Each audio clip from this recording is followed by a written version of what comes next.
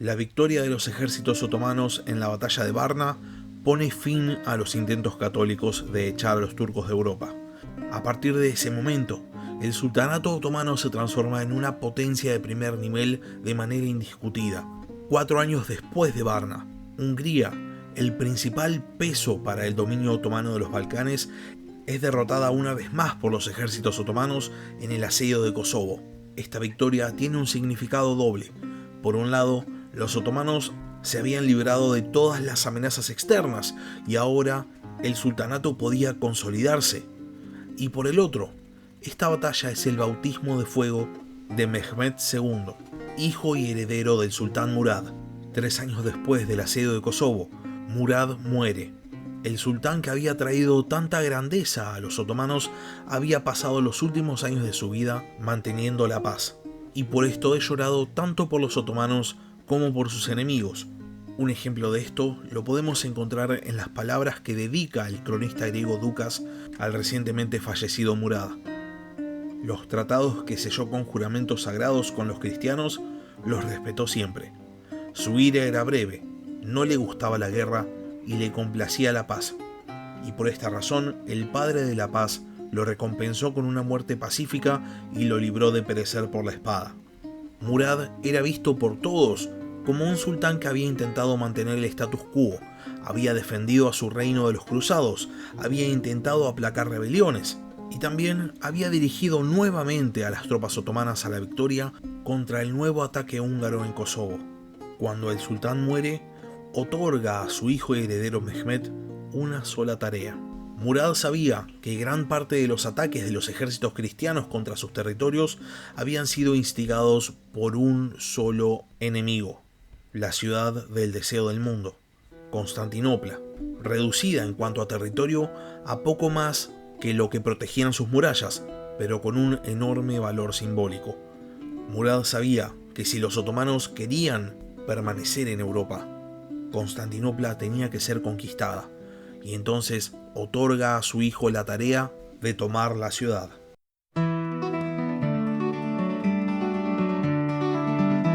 Hola a todos, sean bienvenidos al podcast de historia La Barba Roja de Barba Roja.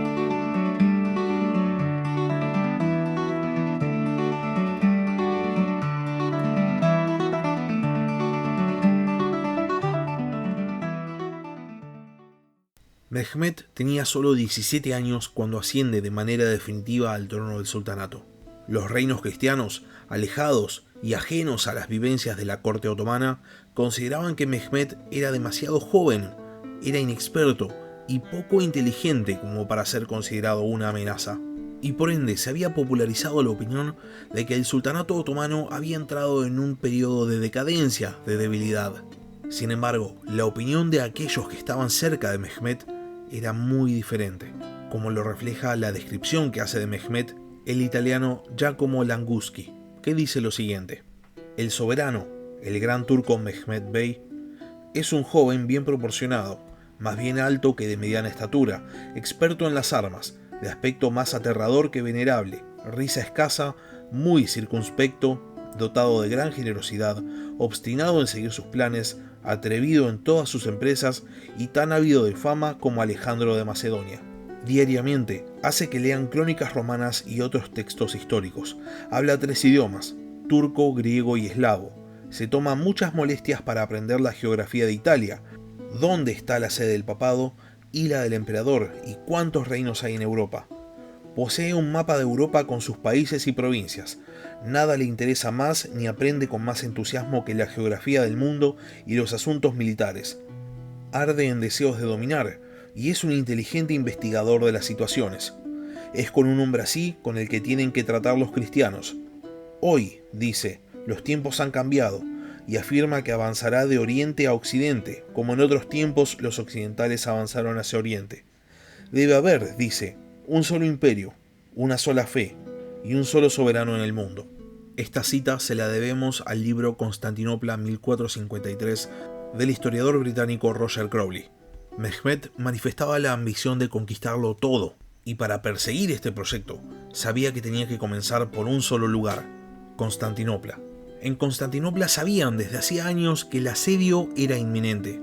El emperador Juan VIII había intentado acercarse al occidente europeo con el fin de conseguir nuevos aliados, y para este fin había renunciado a uno de los principales sellos de la identidad bizantina, su diferencia religiosa con el Papa de Roma.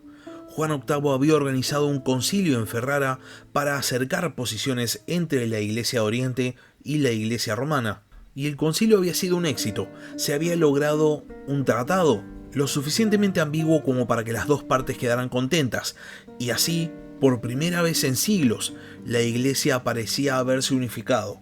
Sin embargo, cuando los delegados bizantinos vuelven a la capital, son recibidos con disturbios y al final el tratado firmado en Ferrara no se lleva a cabo.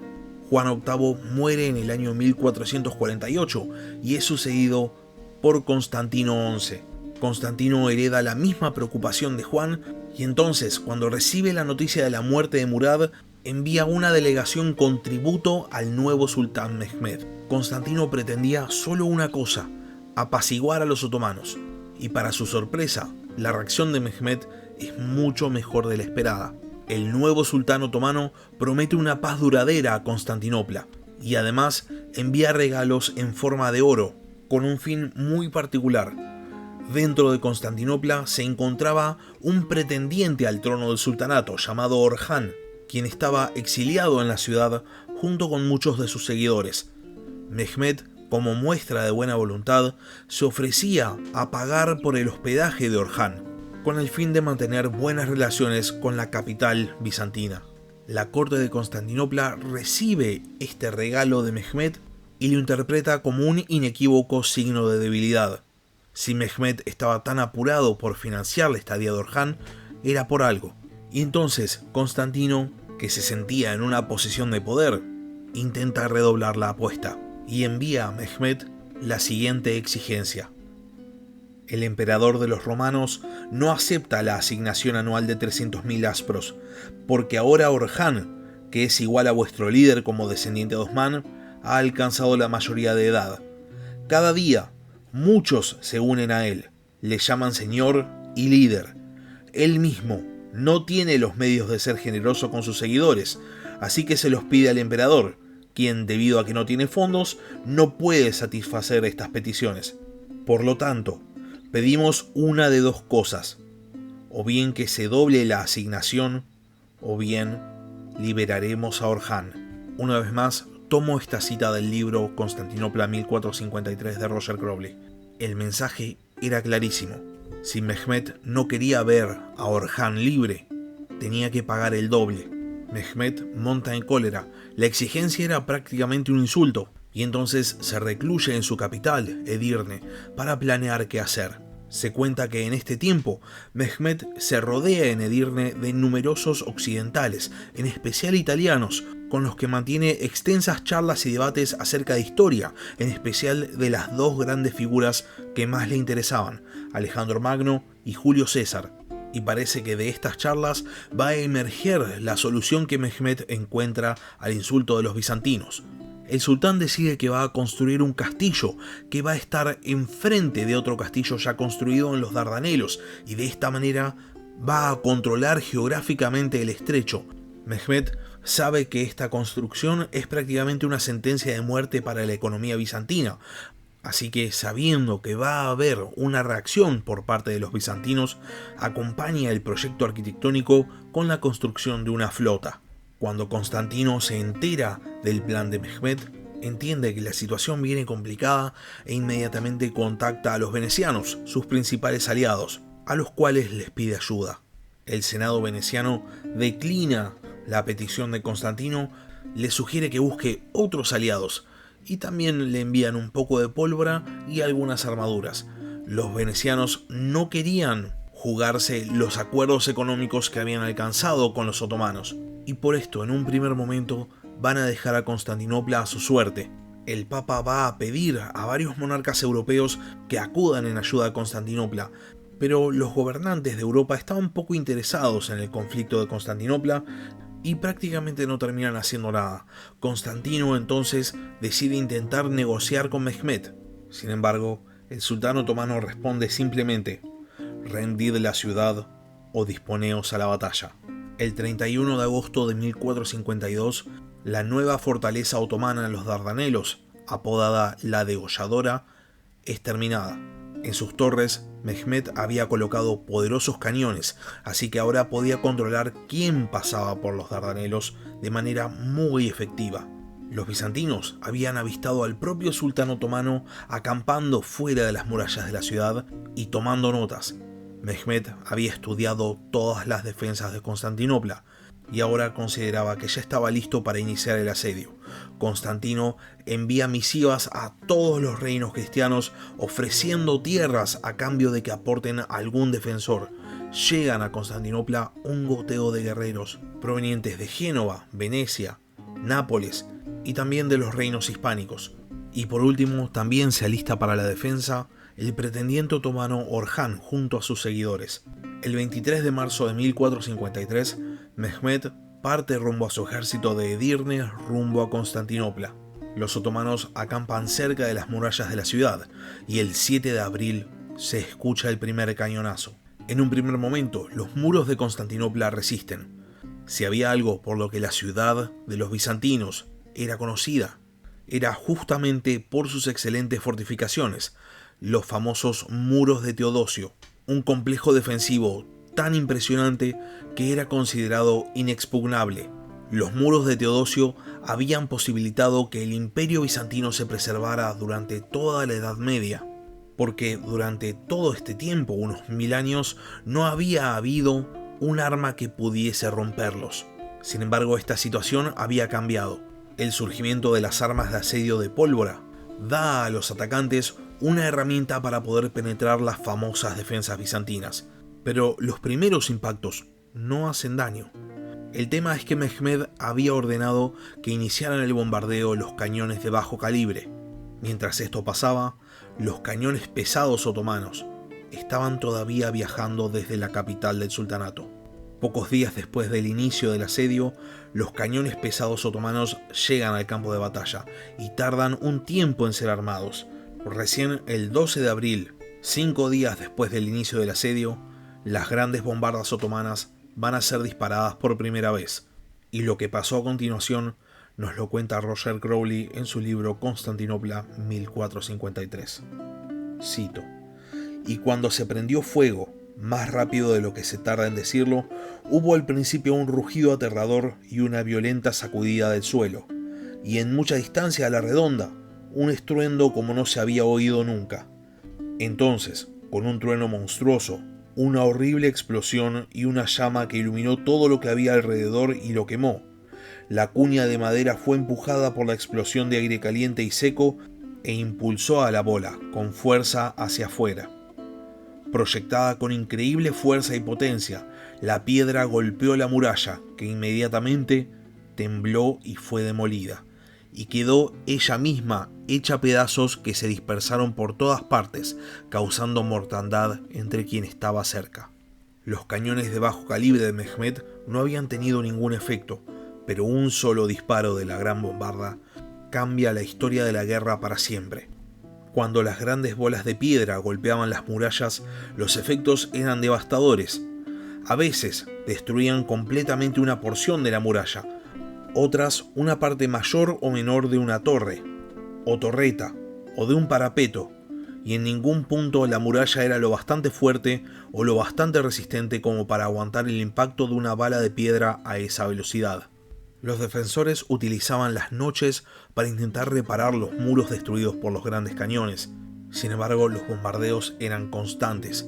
Mientras todo esto pasaba, la flota otomana intenta cortar la línea de suministros hacia la capital bizantina, ya que los defensores estaban recibiendo suministros por medio de envíos marítimos organizados por el Papa. La flota bizantina logra repeler a la flota otomana, lo cual confería a los defensores cierta posibilidad de éxito.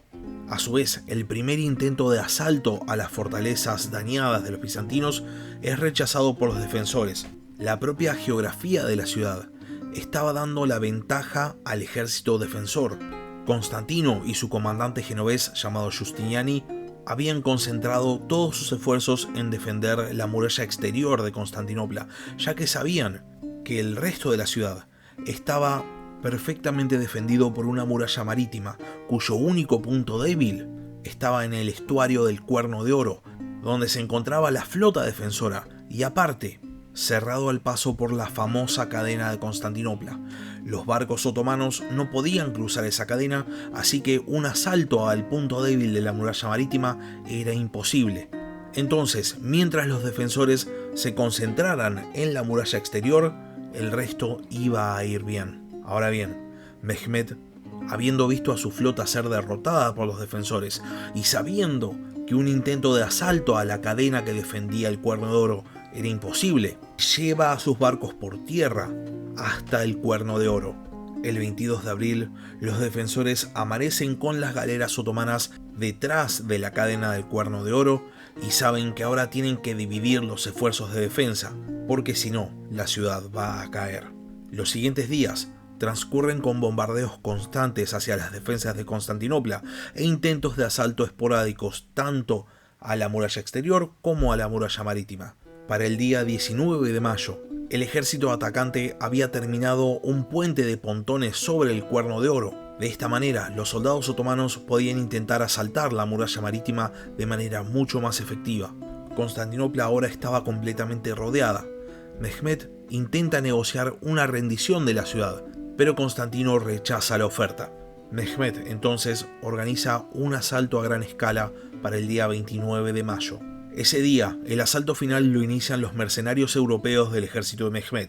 Son rechazados e inmediatamente después lo sigue un ataque a gran escala del principal contingente del ejército otomano.